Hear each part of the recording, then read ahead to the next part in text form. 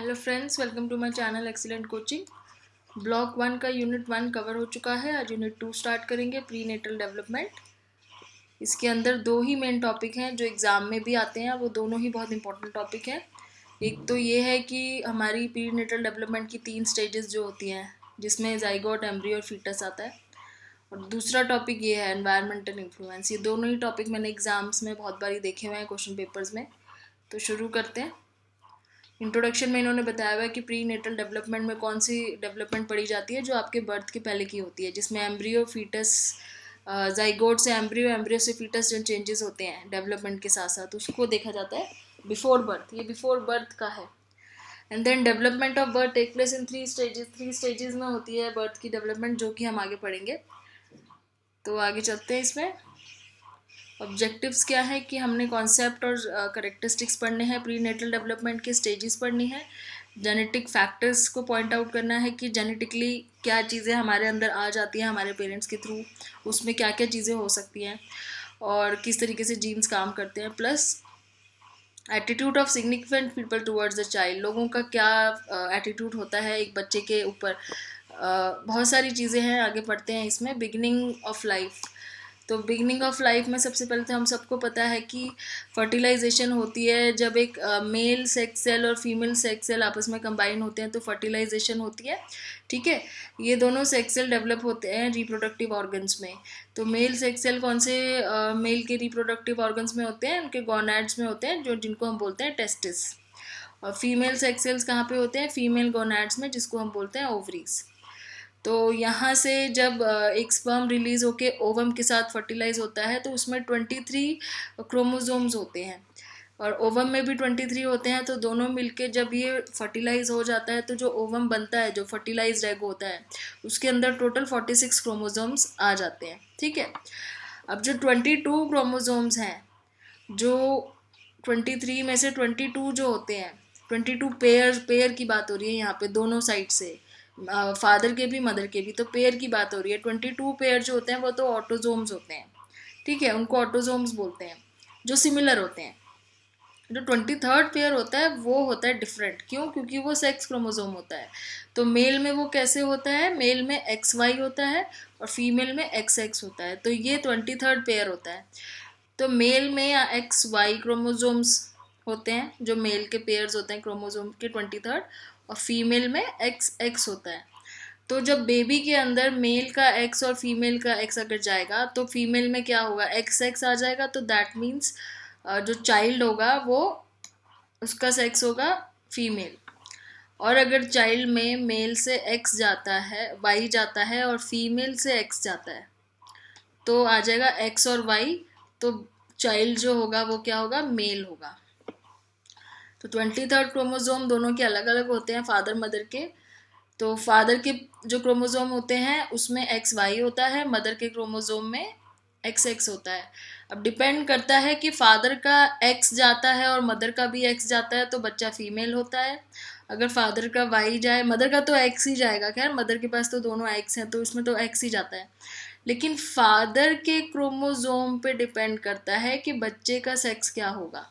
Father का chromosome अगर X जाएगा तो बच्चा फीमेल होगा, फादर का क्रोमोसोम अगर Y जाएगा तो बच्चा मेल होगा। तो फादर के ऊपर डिपेंड करता है कि बच्चे का सेक्स क्या होगा, मदर के ऊपर नहीं डिपेंड करता है, क्योंकि मदर का तो क्रोमोसोम सेम होता है। फादर के क्रोमोसोम की वजह से बच्चे का जो सेक्स है वो डिफर करता है। तो ये इसमें चीज़ इंपॉर्टेंट है समझनी। उसके बाद ये है कि ये जानना ज़रूरी क्यों है कि बच्चे का जो सेक्स है वो उसके ऊपर किस तरीके से उसका इफ़ेक्ट होता है। ये क्यों इतनी इम्पॉर्टेंट, खासकर हमारे इंडियन सोसाइटी में एक बच्चे का जेंडर या सेक्स जानना क्यों ज़रूरी हो जाता है। जैसे कि लोग पहले बहुत कोशिश करते थे कि बर्थ से पहले ही पता चल जाए कि फीमेल है कि मेल है, लेकिन आजकल तो ये चीज़ें इलीगल हो गई है। तो क्यों इतना ज़्यादा इस चीज़ को इम्पोर्टेंस दी जाती है? तो पहली चीज़ तो ये है कि children who learn to behave in ways that are considered appropriate for their sex. बच्चों को उस तरीके से बिहेव करना सिखाया जाता है जिस तरीके से उनका सेक्स है। अगर फीमेल है तो फीमेल के तरीके से कैसे बिहेव करना है, उनके ऊपर कल्चर का प्रेशर होता है, फिर parent, teacher, peer group, society, इतनी सारी चीज़ें हैं जो उनको उस तरीके से प्रेशर डालती हैं कि उनको अगर कोई लड़की है तो उसे ऐसे बिहेव करना है, कोई लड़का है तो उसे ऐसे बिहेव करना है, तभी वो सोसाइटी में एक्सेप्ट होंगे। अगर एक लड़की लड़के की तरह बिहेव करने लगी या लड़का लड़की की तरह, तो उसको सोसाइटी में एक्सेप्टेंस नहीं मिलेगी। एक तो ये बहुत बड़ा रीज़न है यहाँ पे कि किसी के जेंडर का पता होना क्यों ज़रूरी है। दूसरा ये है कि जिस तरीके से बच्चे का जेंडर होता है उस तरीके से उसको आगे बिहेव करना सिखाया जाता है, उसकी लर्निंग भी वैसे होती है। तो जैसे जो बॉय होता है उसको बॉय की तरह कपड़े पहनना, बॉय वाले गेम्स खेलना सिखाया जाता है। गर्ल होती है गर्ल्स की तरह कपड़े पहनना। अगर कोई लड़का लड़कियों वाली गेम्स खेलना पसंद करे तो उसको एक वर्ड दिया गया है सीसी, सीसी मतलब लड़की टाइप का। और एक गर्ल है, अगर वो बॉय की तरह ज़्यादा हरकतें करे या बॉय की तरह उसको कपड़े पहनना पसंद हो तो उसे टॉम बॉय बोला जाता है।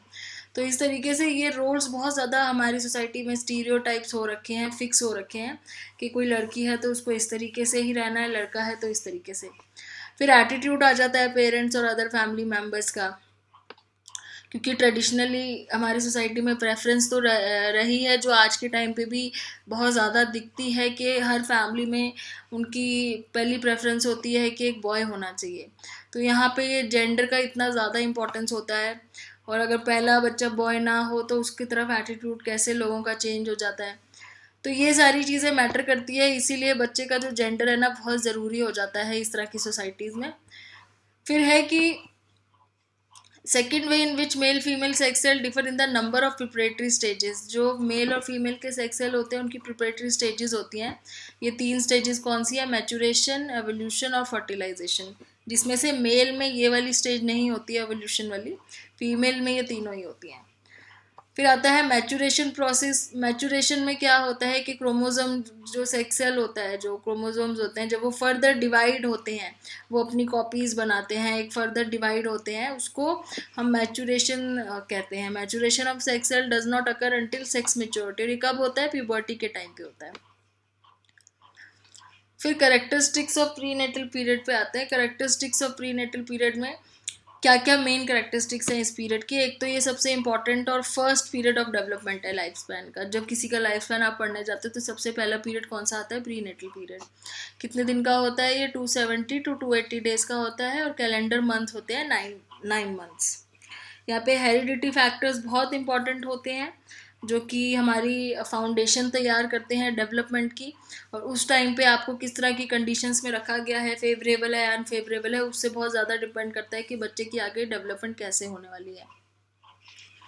फेवरेबल कंडीशन कैसे होती है? अगर मदर की बॉडी में वो सारी चीज़ें हैं जो बच्चे की ग्रोथ के लिए बहुत ज़्यादा कंडीसिव हैं, उसके लिए बहुत हेल्दी हैं, तो वो फेवरेबल कंडीशंस होती हैं। बच्चे का एनवायरनमेंट उस टाइम पे क्या होता है? एक मदर का जो भी मदर है, मदर के अंदर बच्चा है, तो मदर की बॉडी में जो चीज़ें जा रही है वो बच्चे के लिए उसका एनवायरनमेंट है।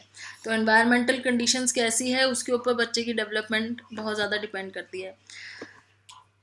उसके बाद इसी पीरियड में जो बच्चे का जो सेक्स होता है वो फिक्स हो जाता है, वो चेंज नहीं हो सकता अनटिल एंड अनलेस आप उसको सर्जरी के थ्रू ट्रांसफॉर्म करवाओ। लेकिन एक बार ये सेक्स जो फिक्स हो जाता है फिर वो लाइफ टाइम रहता है। और प्रीनेटल पीरियड जो है ये proportionally greater growth and development का पीरियड है। इस टाइम पे बहुत फास्ट डेवलपमेंट होती है। आप खुद ही कंपेयर कर लो, एक प्रीनेटल पीरियड में एक छोटे से सेल से एक बेबी जब तैयार हो जाता है 9 मंथ्स में, और बाद में उस बेबी को बड़े होने में कितने साल लग जाते हैं, तो ये बहुत ही फास्ट डेवलपमेंट वाला पीरियड होता है। जब बर्थ से पहले जो चाइल्ड ग्रो हो जाता है वो छोटे से सेल होता है, जो उससे जब वो इन्फेंट बन जाता है तो एटलीस्ट अप्रॉक्सीमेटली 20 इंचज़ लेंथ होती है उसकी, और वेट होता है 7 पाउंड्स यानी कि 3 kg के आसपास, एवरेज की बात हो रही है। तो ये तो थे करेक्टरिस्टिक्स। उसके बाद आते हैं पीरियड्स ऑफ प्रीनेटल डेवलपमेंट, जो कि बहुत इंपॉर्टेंट टॉपिक है। प्रीनेटल पीरियड क्या होता है? 10 लूनर मंथ्स लिखा हुआ है। जैसे हमने 9 कैलेंडर मंथ्स भी पढ़ा था, 9 मंथ्स तो हमें पता है जो कैलेंडर मंथ्स होते हैं। 10 लूनर मंथ्स का मतलब लूनर मंथ होता है 28 डेज का। तो अगर हम 28 डेज को एक मंथ मान के चले लूनर मंथ, तो वो 10 लूनर मंथ्स आते हैं। और अगर हम अपने कैलेंडर को देखा जाए तो 9 कैलेंडर मंथ्स आते हैं।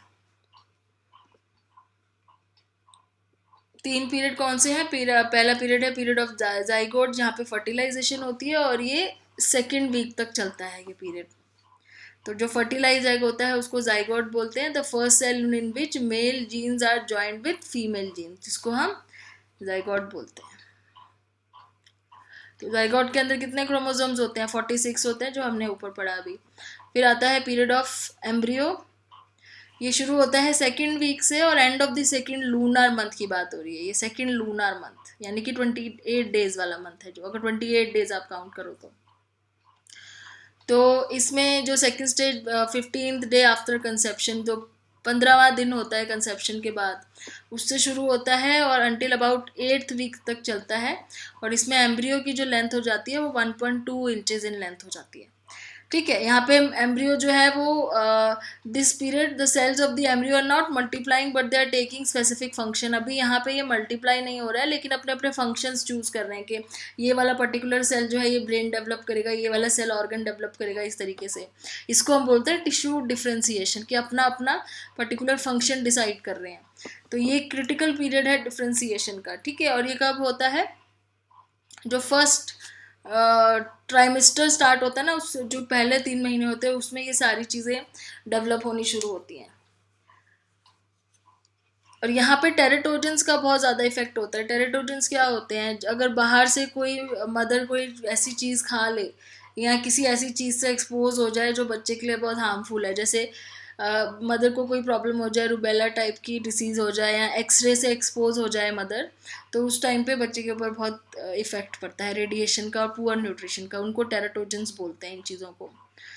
अगर आप जनरली देखो तो जो किडनी प्रॉब्लम और हियरिंग प्रॉब्लम है ना, वो ऑफन एक साथ ही होती है बच्चे में। क्यों? क्योंकि ये पीरियड होता है जिसमें ये दोनों चीज़ें डेवलप हो रही होती हैं एक साथ, ये जो फर्स्ट ट्राइमेस्टर होता है।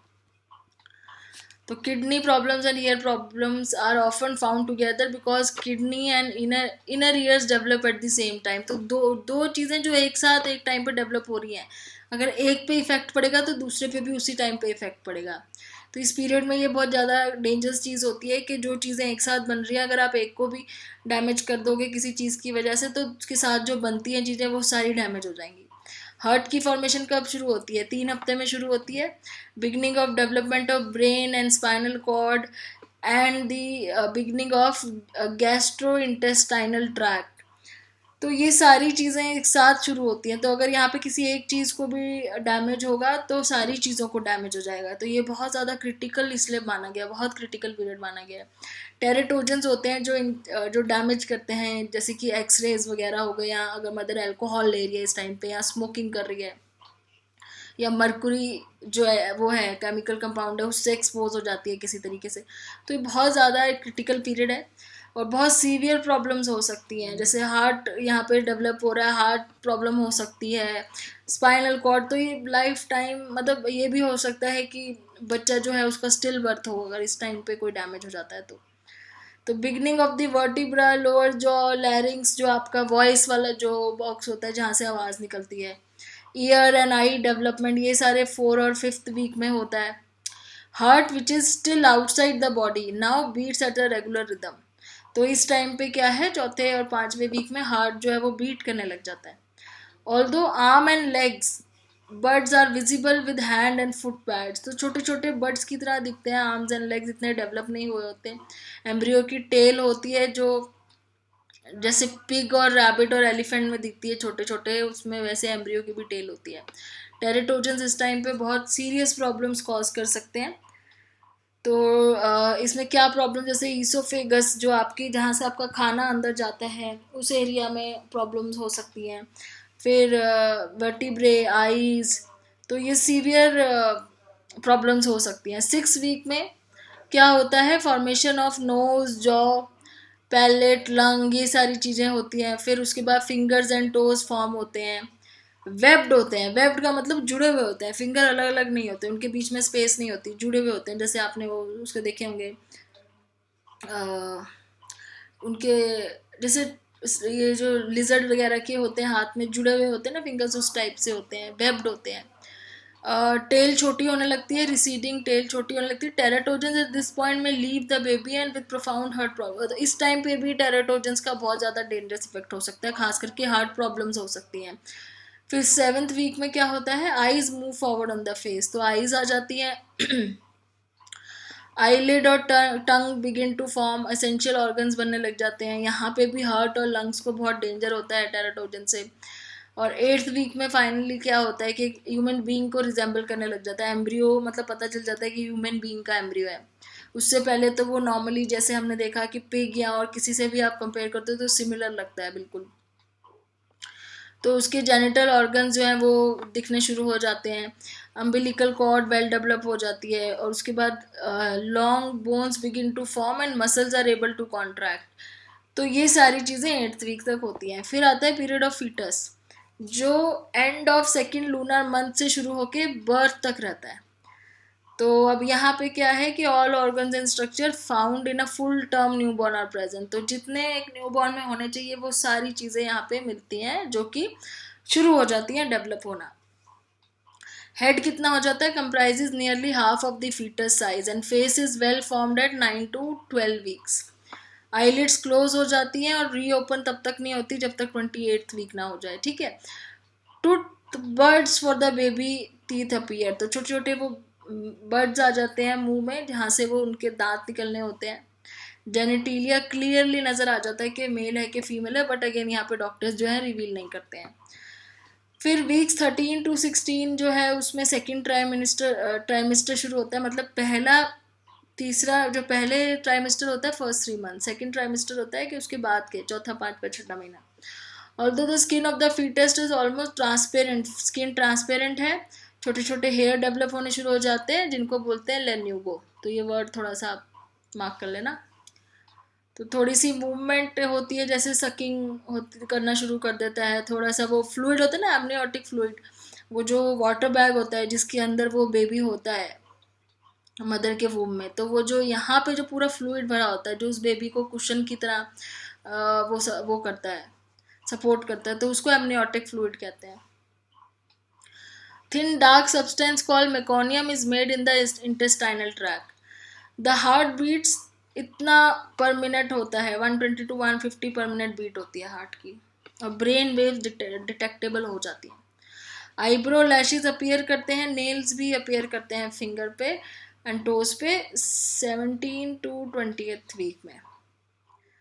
This is an exciting time for parents, the mother can feel the fetus moving. तो यहाँ पे मदर फील कर सकती है फीटस को मूव करते हुए, सडन मूवमेंट जो होती है उसकी। और हार्ट बीट किससे सुन सकते हैं, स्टेथोस्कोप से। बहुत सारे इसमें डेवलपमेंट आपको दिखेगी, जैसे आई कंपोनेंट्स डेवलप हो रहे होते हैं, फुटप्रिंट्स, फिंगरप्रिंट्स फॉर्म हो जाते हैं, बहुत ही इंपॉर्टेंट चीज़ है। और जो एंटायर बॉडी है वो उनकी एक क्रीम जैसी लेयर से कवर हो जाती है जिसको वर्निक्स कैसियोसा बोलते हैं।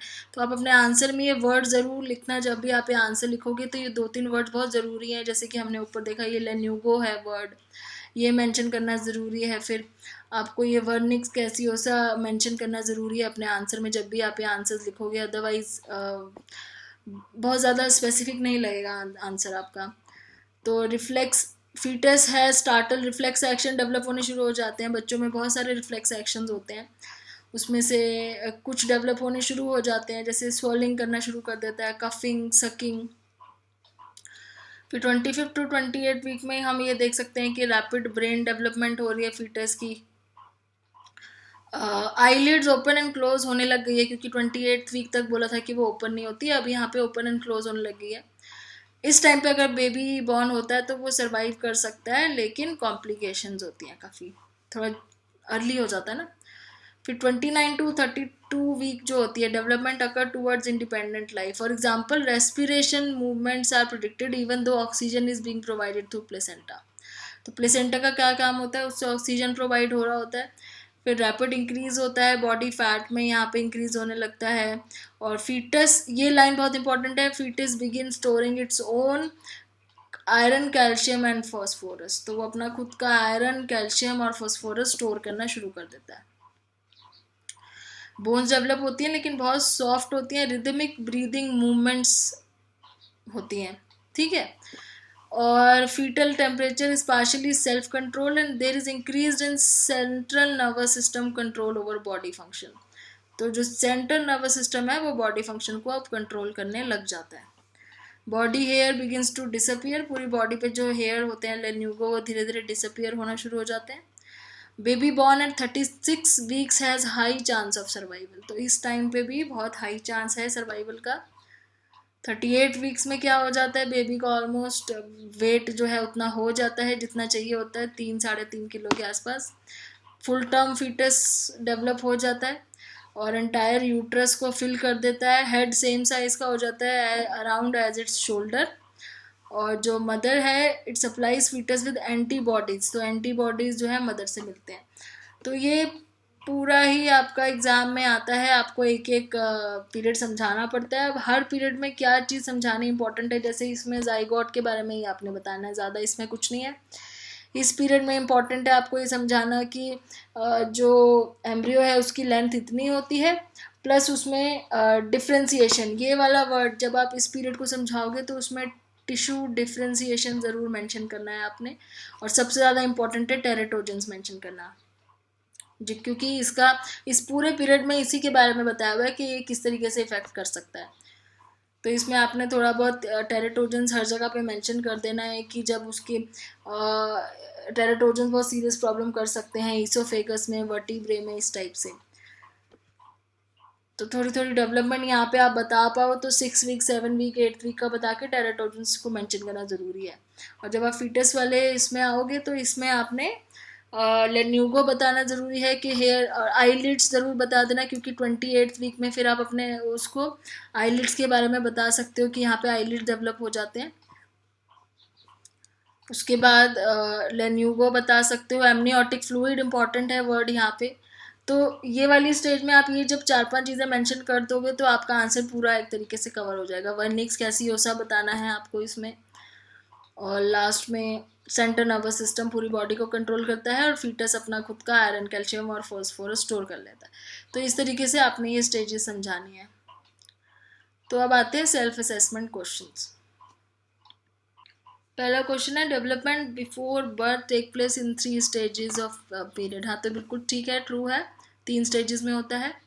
Life begins with only male cells, ये फॉल्स है क्योंकि दोनों चाहिए होते हैं, मेल और female. Female have X chromosome and male have X and Y, तो ये ठीक है। एक्स क्रोमोसोम्स होते हैं फीमेल में, दोनों एक्स एक्स होते हैं, मेल में एक्स वाई होते हैं, तो ये ट्रू है। X and Y chromosomes are the sex determined chromosomes, this is also true. X और वाई जो है वो सेक्स डिटर्मिन करते हैं। प्रीनेटल पीरियड 9 कैलेंडर मंथ का होता है और 10 लूनर मंथ का होता है। Prenatal period is divided into 2 stages, ये फॉल्स है क्योंकि हमने अभी ऊपर देखा 3 स्टेजेस में होता है। तो ईजी थे सेल्फ असेसमेंट क्वेश्चन। अब आगे नेक्स्ट वीडियो में हम एनवायरमेंटल इन्फ्लुएंस डिस्कस करेंगे। Thanks for watching.